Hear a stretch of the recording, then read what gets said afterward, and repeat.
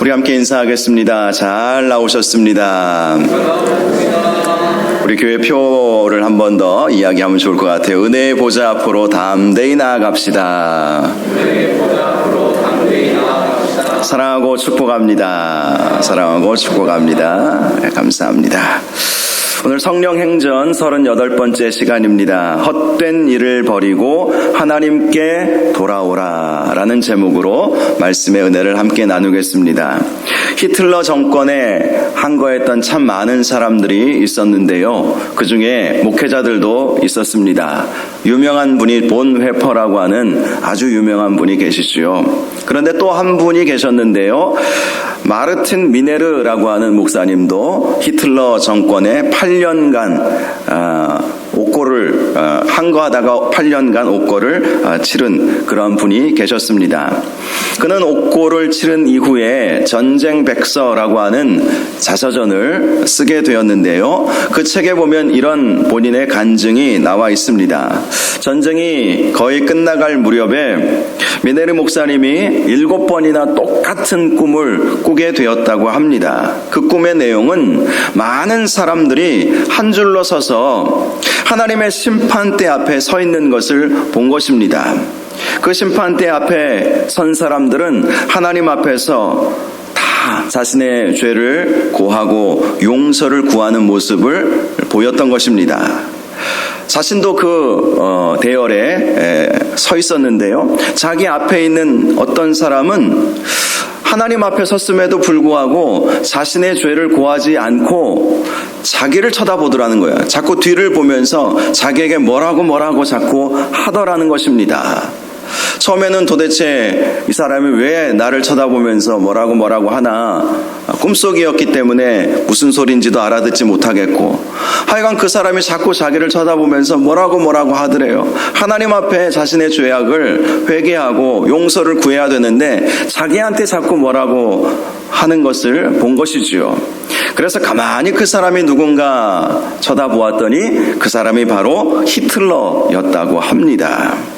그때 하나님께서 이 미네르 목사님에게 이런 말씀을 해 주셨습니다. 히틀러가 이렇게 된 것이 바로 네 책임이다. 네가 8년 동안 히틀러 정권에 대해 항거하기만 했지 한 번이나 그를 위해 기도해 주었으며 그에게 전도를 해본 적이 있느냐? 히틀러가 이렇게 되고 전쟁을 일으킨 것은 히틀러만의 책임이 아니라 바로 내 책임도 있다. 이런 말씀을 해 주시더래요. 물론 그것은 꿈이었죠. 그런데 꿈에서 깨고 난 다음에 가만히 생각해 보았습니다. 하나님께서 왜 이런 꿈을 나에게 꾸게 해 주셨을까? 그동안 히틀러의 잘못된 부분을 지적하고 히틀러에 대해 항거할 줄만 알았지, 정작 그를 위해서 간절히 눈물로 기도해주고 그에게 복음을 전도할 생각은 한 번도 하지 못했구나. 그렇게 스스로 하나님 앞에 용서를 구하는 시간이 있었다고 합니다. 그렇습니다. 실제로 우리가 어떤 사람의 죄악을 보게 되면 먼저는 그를 위해서 기도해 주어야 되겠지요. 더 나아가 그에게 생명의 복음, 회개의 복음을 전해주는 것이 우리의 사명이 되어야 하는 것입니다. 야고보서 말씀에서도 보면 진리에서 떠난 자들을 돌아오게 해라, 이런 말씀을 하고 있어요. 내일 새벽에도 말씀을 함께 나누겠지만 진리에서 떠난 자들이 있다면 그들을 돌아오게 해야 그들의 영혼을 얻을 것이고, 또한 너희들은 허다한 죄의 허물을 덮을 것이다, 이렇게 말씀을 해주고 있습니다. 그렇습니다. 진리에서 떠난 사람들, 죄악 가운데 있는 사람들, 예수 믿지 않고 헤매고 있는 그런 사람들이 있다면 그들을 위해서 사랑의 마음으로 기도해주고 그들에게 복음을 전도하는 것이 우리의 사명이 되어야 하는 것이죠. 사도 바울은 이 사명의식을 가지고 예수 만난 이후부터는 이 사명의식을 가지고 철저하게 순교당하기 전까지 그렇게 살았던 것이죠. 오늘 본문 말씀을 보면 이제 사도 바울이 루스드라라고 하는 한 성에 들어가게 되었습니다. 이전에 비시디아 안디옥에서 복음을 전하다가 돌에 맞아 죽을 뻔하지 않았습니까? 그 정도 되면 좀 쉬었다 해도 되겠다, 이렇게 생각할 수도 있지만, 그러나 복음의 열정을 가진 사도 바울은 쉴 수가 없었던 것이지요. 그래서 루스드라라고 하는 그 성에 가서 혹시 또다시 그들이 자신을 돌로 칠 수도 있는 상황이었음에도 불구하고 담대히 목숨 걸고 복음을 전하게 되었던 것입니다. 그런데 항상 이렇게 복음을 전하다 보면 전에도 제가 말씀드렸듯이 평안의 사람을 만나기 마련이지요. 오늘 본문에서도 평안의 사람을 만나게 되었습니다. 루스드라라고 하는 그 성문 앞에서 복음을 전했을 때 한 사람이 사도 바울의 말씀을 열심히 들었던 것이지요. 귀담아 들었던 것입니다. 가만히 보니까 그는 걷지 못하는 사람이었습니다. 오늘 말씀을 보니까 그는 나면서부터 발을 쓰지 못했던 사람이라고 말씀하고 있지요. 걸을 수 없는 사람이었다는 것입니다. 태어나면서부터 걷지 못하게 된 사람이었다는 것이지요. 이 말씀은 그의 질병은 인간적인 힘으로는 결코 고칠 수 없는 병이었다라는 것을 말씀해 주는 것입니다. 후천적으로 다리를 다칠 수도 있죠. 그러나 잘 치료받으면 걸을 수 있지 않겠습니까? 그런데 나면서부터 발을 한 번도 써보지 못한 사람, 한 번도 걸어보지 못한 사람은 그 어떠한 의술의 힘을 동원한다 할지라도 치료받을 수 없는 사람이었던 것입니다. 그런데 바울이 주목해서 본 것은 그가 말씀 듣는 태도였던 것이죠. 그가 하나님의 말씀을 귀담아 듣고 그 말씀에 은혜를 받고 있었던 것입니다. 사도 바울은 그가 구원받을 만한 믿음이 그에게 있었다는 사실을 그의 말씀 듣는 태도를 보면서 알게 되었던 것입니다. 그래서 그를 불쌍히 여기는 마음으로 큰 소리로 이렇게 선포해 주었습니다. 네 발로 바로 일어서라. 그러자 그 선포의 말씀을 들은 그가 바로 그 자리에서 일어나게 되는 기적이 있게 되었던 것입니다. 이 말씀에서 우리가 주목해 보아야 할 것은 이렇게 나면서부터 걷지 못했던 사람이 말씀을 주목하자 병고침을 받게 되었다라는 것입니다. 하나님의 말씀에 능력이 있었다는 것이지요. 그래서 저도 늘 기도할 때마다 여러분들도 잘 아실 거예요. 제가 늘 기도할 때마다 그런 기도를 하지 않습니까? 하나님 아버지, 우리 모든 성도들이 말씀 듣다가 성령 충만 받고 주의 음성 듣고 마음의 고민거리들 다 떠나가고 모든 육신의 질병도 고침받게 하여 주옵소서. 말씀 듣다가 이런 역사들이 일어나는 것을 믿기 때문에 저도 늘 그렇게 기도하는 것입니다. 히브리서 4장 말씀을 보면 하나님의 말씀은 살아있다라고 말씀하고 있어요. 살아계신 하나님의 말씀이라는 것이지요. 그 말씀은 활력이 있고 좌우에 날선 그 어떤 검보다도 예리한 말씀이다. 그래서 우리의 혼과 영과 관절과 골수를 찔러 쪼개기까지 하시는 말씀. 하나님의 말씀을 통해서 우리의 영혼의 치유함을 얻을 수 있을 뿐만 아니라 우리 육신의 질병도 고침받을 수 있다는 것이지요. 이 나면서부터 못 걷게 된 사람이 하나님의 말씀에 주목한 결과로 그 누구도 고칠 수 없었던 그 질병에서 고침을 받게 되었던 것입니다. 저와 여러분이 올 한 해에도 더욱더 말씀에 집중하시고 하나님 말씀을 사모하는 마음으로 들으셔서 우리의 삶에 이러한 놀라운 역사들이 일어날 수 있기를 주님의 이름으로 축원합니다. 말씀에 힘이 있고 말씀에 능력이 있고 말씀은 우리를 치유해 주시는 놀라운 기적의 원동력이라는 사실을 꼭 기억할 수 있기를 바랍니다. 자, 그런데 이렇게 나면서부터 발을 한 번도 써보지 못했던 그 사람이 말씀 듣고 사도 바울의 선포를 통해서 고침을 받게 되자 그 루스드라 성에 있었던 그 사람들이 루가오니아 방언으로 이렇게 말하게 되었습니다. 신들이 사람의 형상으로 우리 가운데 내려오셨다. 이렇게 말하기 시작한 거예요. 루가오니아 방언이라고 말씀하고 있지요. 당시 로마 제국 하에 있었던 사람들은요, 3가지 언어를 공용어로 썼다고 합니다. 첫 번째는 로마 제국 이전에 있었던 헬라 제국, 헬라 언어를 썼고요. 그 다음에 이제 로마 시대였기 때문에 로마 언어인 라틴어를 공용어로 썼고요. 그리고 그 지방 사람들이 쓰는 통용어, 방언을 썼다고 합니다. 그래서 그들은 루가오니아 방언으로 신들이 사람의 형상으로 우리 가운데 내려오셨다. 처음에 바울과 바나바는 그들이 무슨 말을 하는지 못 알아들었을 거예요. 그들은 이렇게 생각을 했습니다. 바나바는 제우스라 하고 바울은 그 중에 말하는 자이므로 헤르메스라 하였다라는 것입니다. 제우스와 헤르메스는요, 그리스 로마 신화에 나오는 신의 이름입니다. 제우스는 그리스 신화에서 모든 신들의 우두머리 신을 말합니다. 그리고 헤르메스는 제우스의 대변자로 언어를 지배하는 신으로 로마 사람들은 믿고 있었던 것이지요. 그래서 바나바는 제우스다. 제우스가 이 땅에 내려온 것이다. 그리고 바울은 대변하는 자였기 때문에, 말씀을 선포하는 자였기 때문에 그는 헤르메스가 이 땅에 내려온 것이다. 그렇게 사람들이 생각을 하면서 그들을 제사하려고 했다는 것입니다. 13절을 보니까 시외 제우스 신당의 제사장이 소와 화환들을 가지고 대문 앞에 와서 무리와 함께 제사하고자 하였다. 이렇게 말씀하고 있죠.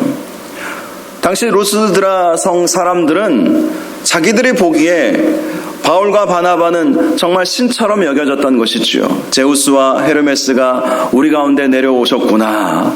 그들을 제사하면 그 신들로부터 오는 복을 받을 수 있겠구나. 그렇게 생각을 했던 것입니다. 그런데 나중에 가서야 바울과 바나바가 사태가 이상하게 흘러간다는 것을 깨닫게 되었죠. 그들은 루가오니아 방언을 몰랐기 때문에 그들이 도대체 무슨 말을 하는지 알지 못했습니다. 그런데 제사장이 와서 소와 화환을 가지고 자신들을 제사하려고 하니까 너무나 당황했던 것이죠. 그래서 옷을 찢고 그들에게로 달려가게 되었습니다. 옷을 찢었다는 것은 참을 수 없는 울분과 비통한 심정을 나타내는 유대인들의 습관이었죠. 바울과 바나바는 본의 아니게 자신들이 신으로 추앙받는 것을 결코 받아들일 수 없었던 것입니다. 한편으로는 이런 생각을 해볼 수도 있죠. 만약 그들이 하려는 대로 그냥 놔두었다면 그들은 그곳에서 안전을 보장받고 그리고 마음껏 복음을 전할 수도 있지 않았겠습니까? 그런데 아무리 복음을 쉽게 전할 수 있다 할지라도 방법이 선하지 않으면, 방법이 진리 가운데서 떠나버렸다면 그것은 옳은 방법이 아닌 것이지요. 사실 많은 이단자들, 사이비 종교자들을 보면 이러한 유혹에 빠지는 경우들이 종종 있지 않습니까? 옛날 박태선 장로와 같은 사람은 분명히 하나님께서 그에게 특별한 은혜와 능력을 주신 것 같아요. 그는 장로교 교인이었습니다. 정통 장로교 교인이었고 서울 남대문 장로교에서 집사로 장로로 섬겼던 사람이었습니다. 그러다가 1948년도에 유명한 부흥 강사였던 이성복 목사님이라는 분이 계시죠. 그분의 집회에 참석해서 성령 충만함을 경험했어요. 그리고 하나님께서는 그에게 신유의 은사를 허락하여 주셨습니다. 그가 정말 기도하면 병자들마다 낫는 놀라운 은혜가 있었던 것이지요. 그런데 그러다 보니까 그 박태선을 추종하는 사람들이 생겨나게 된 것입니다. 그래서 그가 교만에 빠져서 자기가 구세주가 되어버리지 않았습니까? 그를 추종하던 사람들이요 100만 명까지 되었대요. 별로 놀라지도 않으시네. 여러분, 우리 한국의 최대 교회가 여의도 순복음교회라고 하죠. 물론 모든 성도가 한자리에 모이는 것은 아니지만 여의도 순복음교회 교인이 70만 명이라고 그래요. 80만 명이라고 말하는 분도 계시지만 7, 80만 정도 보고 있습니다. 내가 여의도 순복음교회 출신이다 라고 말하는 사람들이 한 7, 80만 돼요. 그런데 이 박태선이 만들었던 천부교, 전도관으로부터 시작해서 천부교를 만들지 않았습니까? 그를 추종했던 사람들이 100만 명이나 되었다는 거예요. 지금은 많이 교세가 약화되어서 일부 소수의 공동체만 남아있지만 엄청난 일이 벌어진 것이지요. 하나님께서 분명히 그에게 은사를 주시고 은혜를 주셨어요. 그런데 사람들이 그를 따르자 그가 헛된 야망을 꿈꾸게 되었던 것입니다. 이 박태선과 당시에 쌍벽을 이루었던 사람이 있습니다. 통일교회 문선명이라고 하는 사람. 이들은요, 김백문이라고 하는 이단자의 영향을 받았다고 해요. 그래서 해방 이후에 이 천부교와 통일교는 우리나라의 양대 이단에 있어서 양대 산맥을 이루었다고 합니다. 그런데요, 이 둘의 영향을 받았던 사람이 있어요. 즉 천부교와 통일교의 영향을 그대로 받았던 사람이 이만희입니다. 그가 만들었던 사이비 종교가 있죠. 지금도 가장 악랄하고 또 악한 포교 방법으로 유명한 신천지라고 하는 집단이 바로 이 박태선과 문선명의 영향을 받아서 그들의 교리를 종합해가지고 신천지 교리를 만들었던 것이지요. 자, 이들이 왜 이렇게 되었겠습니까? 사람들이 자신들을 추종하니까 그들과 함께 새로운 종교를 만들었던 것입니다. 처음 시작은 순수했을지 모르지만 사람들이 따르고 사람들이 그들을 신과 같이 추앙하자 그들은 하나님을 버리고 하나님의 자리에 자기들이 올라 앉았던 것입니다. 바울과 바나바도 사람들이 막 추종하는 거예요. 와, 헤르메스가 우리에게 내려오셨다. 와, 제우스가 우리에게 내려오셨다. 우리가 그들을 섬기자. 그들에게 제사하자. 그런데 바울과 바나바는 그들을 용납할 수 없었던 것입니다.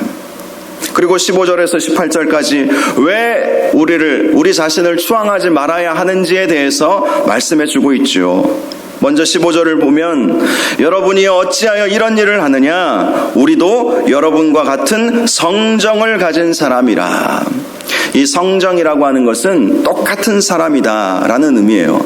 우리나 당신들이나 똑같은 죄인이다. 우리도 사람이다. 우리에게 제사하지 말라라는 것입니다. 사실 그리스 로마 신화를 믿는 사람들은요, 신의 세계를 동경했다고 합니다. 그들은 영원히 사는 것처럼 보였고 이 세상의 좋은 것들은 다 누리며 사는 것처럼 보였기 때문입니다. 실제로 그들은 할 수만 있다면 신이 되기를 원하는 마음도 가지고 있었지요. 로마 황제들도 그런 마음이 있지 않았습니까? 그래서 어떤 로마 황제는 내가 신이다, 내가 신의 반열에 있는 사람이다, 그렇게 말하기도 했던 것을 우리는 잘 알 수 있습니다.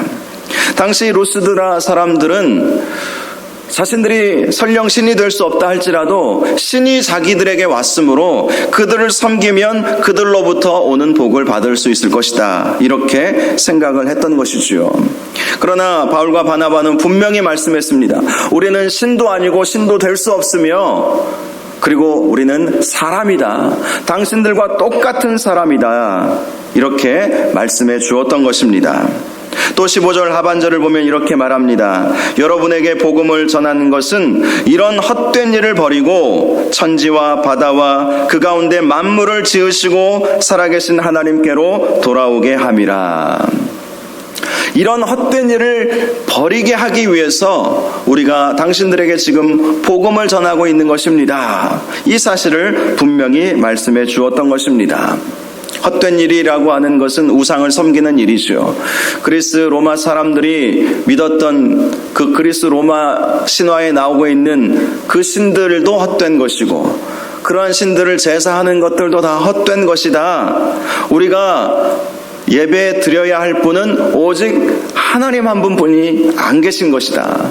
천지와 모든 만물을 지으신 분은 하나님 한 분이시다. 이것을 강조했던 것입니다.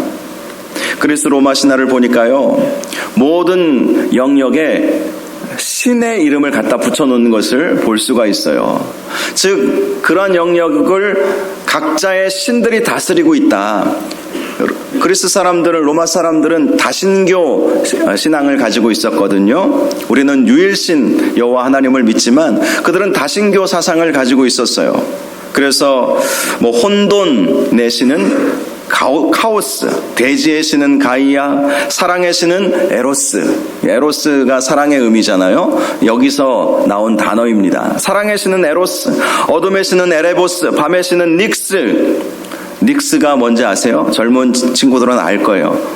옷 상표 이름입니다. 여기서 사실 이 그리스 로마 신화에서 나온 그러한 신들의 이름을 가지고 상표를 만드는 경우가 참 많이 있죠.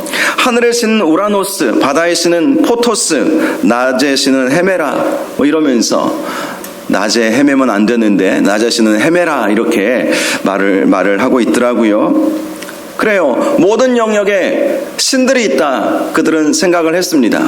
그런데 바울은 그렇지 않다는 것을 강조한 것이죠. 당신들이 믿고 있는 것은 거짓된 것이다. 그리스 로마 신화를 당신들이 믿고 따르고 있지만, 그래서 우리를 제우스라 하고 헤르메스라고 하고 있지만, 우리는 그러한 신들도 아니고 그러한 신들은 세상에 존재하지 않으며 설령 그러한 신들이 있다 할지라도 그들이 세상을 주관하는 것이 결코 아니다.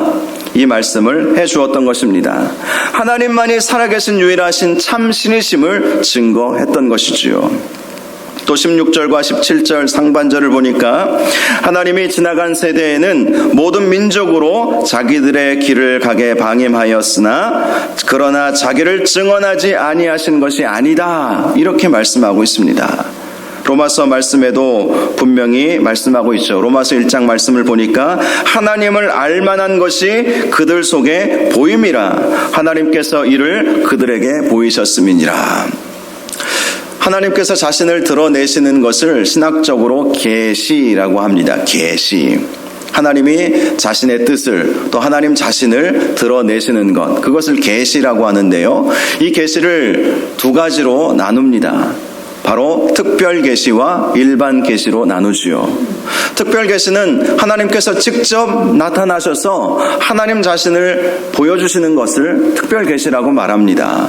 예를 들어서 하나님께서 아브라함에게 나타나셔서 내 고향과 친척과 아버지의 집을 떠나라 이렇게 말씀해 주시지 않으셨습니까? 야곱에게 나타나셔서 내가 너와 함께 할 것이다. 두려워하지 말아라. 다시 네가 이곳으로 돌아올 것이다. 베델에서 야곱에게 나타나 주시지 않으셨습니까? 또 하나님은 이 기록된 하나님의 말씀, 우리가 가지고 있는 이 성경 자체가 특별 계시이죠. 하나님께서 하나님 자신을 정확하게 알려주신 것, 그것이 바로 특별 계시입니다. 그런데 일반 계시라고 하는 것이 있습니다. 로마서 말씀처럼 하나님을 알만한 것들을 보여주셨다는 거예요. 우리가 이 세상을 살아가다 보면 우주 모든 만물을 보면서 저 우주 모든 만물은 도대체 어떻게 존재하게 된 것인가? 진화론자들은 빅뱅 이론을 말하지만 그래도 정말 그것이 신빙성이 없다고 느끼는 사람들은 이 세상 모든 만물을 창조하신 분은 있지 않을까? 그런 생각을 하게 되는 것 아니겠습니까?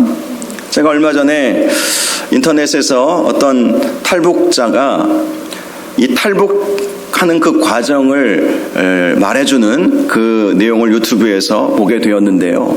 그 자매는 지금 교회 다니는지는 제가 모르겠어요. 본인은 그런 얘기를 하지는 않더라고요. 10번을 북송당했다고 합니다. 10번을. 야, 진짜 얼마나 힘들었겠습니까? 한번 북송돼서 다시 북한 감옥에 갔으면 5달을 꼼짝없이 갇혀야 했다고 해요. 그러다가 또 탈출하고 또 몸이 너무 아파서 또 이제 집으로 보내주기도 하고 그러기를 10번을 했다는 거예요. 근데 마지막 10번째에 그 강을 건너고 그 탈출하는 그 과정 속에서 공안에 또 잡힐 상황이 벌어진 거예요. 그런데 그가 전혀 하나님을 알지 못한 여인이었지만 하나님이 살아계시다면 나를 구해 주십시오. 그렇게 기도했다고 하더라고요. 그리고 인간 본성 가운데에는 신에 대한 어떤 열망이 있죠. 하나님에 대한 그런 마음이 있죠. 하나님을 알만한 것들이 우리 양심 가운데도 있고 세상 모든 만물을 보면 하나님이 계시겠구나 라고 생각할 수 있을 만한 것들을 보여주셨다는 것입니다. 사도 바울은 지금 그 사실을 강조했던 것입니다. 세상 모든 만물을 보면 하나님을 알만한 것들을 하나님께서 보여주시지 않으셨느냐? 그 하나님을 바라보라는 것이죠. 당신들이 믿고 있는 헛된 신들을 바라볼 것이 아니라 세상 모든 만물을 창조하신 하나님을 바라보라. 헛된 일을 버리고 하나님께로 돌아와야 합니다. 그 사실을 선포해 주었던 것입니다. 그리고 더 나아가서 이런 말씀을 하죠. 17절 하반절을 보면 곧 여러분에게 하늘로부터 비를 내리시며 결실기를 주시는 선한 일을 하사 음식과 기쁨으로 여러분의 마음에 만족하게 하셨느니라. 하나님께서 여러분들에게 비를 주시고 또 곡식을 자라가게 하시고 그것을 통해서 먹을 음식을 주시고 여러분들의 마음에 기쁨을 주신 것이다. 그동안 여러분들은 알지 못했겠지만 이 모든 것은 하나님께서 해주신 것이다. 우리 인간의 모든 생사와 복은 하나님의 손에 달려있는 것입니다. 헛된 것을 버리십시오. 헛된 우상을 버리십시오. 우리는 제우스도 아니고 헤르메스도 아닙니다. 여러분들이 믿고 있는 그리스 로마 신화에 나오는 그 신들은 가짜입니다. 사람은 신이 될 수 없습니다. 신이 되어서도 안 됩니다. 그것을 지금 강조하고 있는 것이 오늘 본문의 말씀인 것입니다. 그런데요, 18절을 보면 이렇게 말하여 겨우 무리를 말려 자기들에게 제사하지 못하게 했다. 이렇게 말씀하고 있죠. 그만큼 쉽지 않았다는 말씀을 하고 있는 것입니다. 사도 바울이 루스드라 성의 사람들에게 그리스 로마 신화에 나와 있는 그 신들은 헛된 신이며 우리도 신이 아니며 참 하나님만이 참 신이시다라는 사실을 아무리 말씀을 증거해도 많은 사람들이 그 사실을 인정하지 않았다는 거예요. 겨우 무리를 말렸다. 이렇게 말씀하고 있는 것입니다. 사실 예나 지금이나 많은 사람들이 헛된 신을 섬기고 있지 않습니까? 심지어는 인간이 신이 되고자 하는 일들도 비일비재하지 않습니까? 이단자들도 그런 것이고요. 또 내가 신이다 라고 말하지는 않지만 인간의 본성에는 신이 되고자 하는 신의 경지에 올라가고자 하는 악한 본성이 있어요. 아담과 하와가 왜 범죄했습니까? 하나님처럼 되고자 하는 마음, 물론 우리는 하나님을 닮아가야 하지만 하나님의 자리에 오를 수는 없는 것입니다. 그런데 하나님처럼 되고자 하는 그 마음 때문에 하나님께서 먹지 말라고 하신 선악과를 먹음으로 인해서 범죄한 인간이 되어버리지 않았습니까? 바벨탑을 왜 높이 쌓았습니까? 하나님처럼 되고자 하는 그 마음 때문에 바벨탑을 쌓은 거예요. 하나님과 같은 위치에 서고자 하는 그 마음이 인간 타락한 본성 가운데 있다는 것이죠. 그것을 잘 보여주는 책이 하나 있습니다. 예전에 제가 한번 소개해드렸던 유태인 역사학자 유발 하라리 교수가 쓴 사피엔스라고 하는 책이 있어요. 몇 년 전에 제가 여러분에게 한번 설교 시간에 말씀을 드렸는데요. 최근에도 영풍문고 교보문고에 가보면 그 사피엔스라고 하는 책이 베스트셀러 코너에 항상 이렇게 놓여 있는 것을 발견을 할 수가 있습니다. 그만큼 그 책이 많은 사람들에게 영향을 끼치고 있는 것이죠. 물론 그 유발 하라리가 하나님을 제대로 믿는 정통 유대인인지 저는 알지 못합니다. 정보를 찾을 수도 없고요. 그런데 그 책의 내용을 보면 그 책의 결론이 이것이었습니다. 인간이 신이 되고자 할 때 인류는 멸망할 것이다. 그렇게 그는 예견을 해 놓았습니다. 제가 그 책의 내용을 다 이해했는지는 모르겠지만 그가 이런 이야기를 하더라고요. 우리 인간을 보통 호모 사피엔스라고 진화론에서 부르지 않습니까? 그는 흥미로운 이야기를 하더라고요. 과거에 호모 사피엔스라고 하는 인류 종족이 살았을 때, 진화론에서 말하는 호모 에렉투스, 네안데르탈, 이런 종들이 함께 살았다는 거예요. 그런데 이 호모 사피엔스는 굉장히 잔인성을 가지고 있어서 인간과 비슷한 다른 종족들을 다 죽이고 이 세상에는 호모 사피엔스만 존재하게 되었다. 그런 이야기로 그의 책의 서론을 시작을 하고 있는 것을 볼 수가 있습니다. 물론 성경적이지 않기 때문에 그것을 우리가 믿을 필요는 전혀 없습니다. 그냥 그의 주장이고 가설일 뿐이에요. 그런데 그가 말했던 그 내용들을 보니까 우리 인류는 세 가지 큰 혁명을 이루었다고 합니다. 첫 번째는 인지혁명. 인지혁명이라고 하는 것은 생각할 줄 아는 능력이 발달했다는 것이죠. 그래서 도구를 만들게 되고 어떤 문명을 발달시키게 되었다는 거예요. 두 번째 혁명은 농업혁명을 이야기하더라고요. 사람들이 이제 모이다 보니까 먹고 살 걱정을 할 수밖에 없지 않습니까? 과거에는 동물을 잡아 먹고 살았습니다. 그러다가 이제 곡식이라고 하는 것을 발견을 하고 탄수화물을 섭취하게 되었죠. 그래서 농업혁명을 이루었다는 거예요. 그런데 그 농업혁명을 통해서 먹고 살 걱정 없는 세상을 인간 스스로 만들고자 했지만 실제로는 그렇게 되지 못했다라는 것이 유발 하라리 교수의 주장이었어요. 그 내용을 보니까 사람들이 먹고 살기 위해서 농업혁명을 이루었지만 결국 인구가 폭발적으로 증가하는 원인이 되었다. 그렇게 이야기합니다. 그래서 곡식이 남는 것보다 인간이 더 많기 때문에 결국은 사람들은 또다시 굶을 수밖에 없는 상황에 처해지게 되었다는 거예요.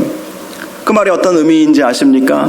사람이 하는 일이 잘 되려고 나름대로 계획을 세우고 나름대로 과학을 발전시켜 보았지만 결국은 어려운 사람은 똑같이 어렵고 힘을 가진 사람들만 곡식을 착취하고 힘없고 가난한 사람들은 여전히 굶을 수밖에 없는 사회적 부조리를 만들 수밖에 없었다는 그 이야기를 하고 있습니다. 세 번째 혁명은 과학혁명이라고 이야기하더라고요. 과학혁명. 즉 인간은 과학을 발달시킴으로 인해서 인류를 유토피아로 만들고자 하는 꿈을 가지고 있다는 거예요. 실제로 그렇지 않습니까? 요즘 세상이 얼마나 많이 변해가는지 앞으로 10년만 지나면요, 여러분 사람이 차를 운전하지 않아도 되는 세상을 우리는 살게 될 것입니다. 꿈속에서나 있을 만한, 과거 공상, 과학, 만화, 영화에서나 있을 만한 일들이 앞으로 10년 안에 이루어진다는 거예요. 실제로 미국에서는요, 무인 자동차가 돌아다니고 있어요. 택배 물건을 무인 자동차가 가지고 가서 어느 집에 놓으면 그 사람이 집 앞에서 그거 가지고 가는 거예요. 무인 드론도 날아다니지 않습니까? 비행기도 얼마든지 그렇게 사람 없이도, 물론 사람들이 다 조종하지만 그런 세상, 과학혁명을 통해서 또 의술의 발달을 통해서 평균 수명도 길어지고 더 살기 좋은 세상을 만들고자 하는 마음들이 있지만 그동안의 인류 역사가 보여준 것처럼 아무리 인간이 신의 경지에 올라서 세상을 천국으로 유토피아 사회로 만들고자 할지라도 결코 이루어낼 수 없을 것이다. 하라리 교수는 그렇게 주장을 하더라고요. 그 대표적인 것이 앞으로 과학혁명을 이루게 되면 이 세상은 인류는 멸망하고 사이보그 세상이 될 것이다. 그렇게 예견하기도 했습니다. 그의 말이 다 맞지는 않겠죠. 그래서 그는 2300년이 되면 인류는 멸망하고 이 세상에 기계들이 사는 세상이 될 것이다. 물론 과한 예측일 수 있을 것입니다. 저는 그 유발 하라리 교수의 주장을 다 동의하지 않습니다. 너무 허무맹랑한 이야기일 수도 있어요. 그런데 그 책을 보면서 한 가지 깨닫게 되는 것이 있습니다. 그동안 인류 역사를 생각해 보면 인간이 이루고자 했던 것들은 선하게 결론을 내지 못했다는 것이죠. 아무리 사람이 신의 위치에 오르고 아무리 사람이 뛰어나다 할지라도 사람은 한계가 있다는 거예요. 우리 인간은 신이 될 수도 없고 신이 되려는 순간 멸망할 것이다. 그 말은 전적으로 동의할 수밖에 없더라고요. 그렇습니다. 이 말씀은 결국 참신은 우리 하나님 한 분밖에 안 계시다라는 것을 우리에게 알려주는 것 아니겠습니까? 아무리 인간이 노력해도 할 수 없는 영역이 있고 아무리 많은 사람들이 모여서 새로운 세상을 만들어간다 할지라도 그 세상은 완벽한 세상이 될 수 없다는 것.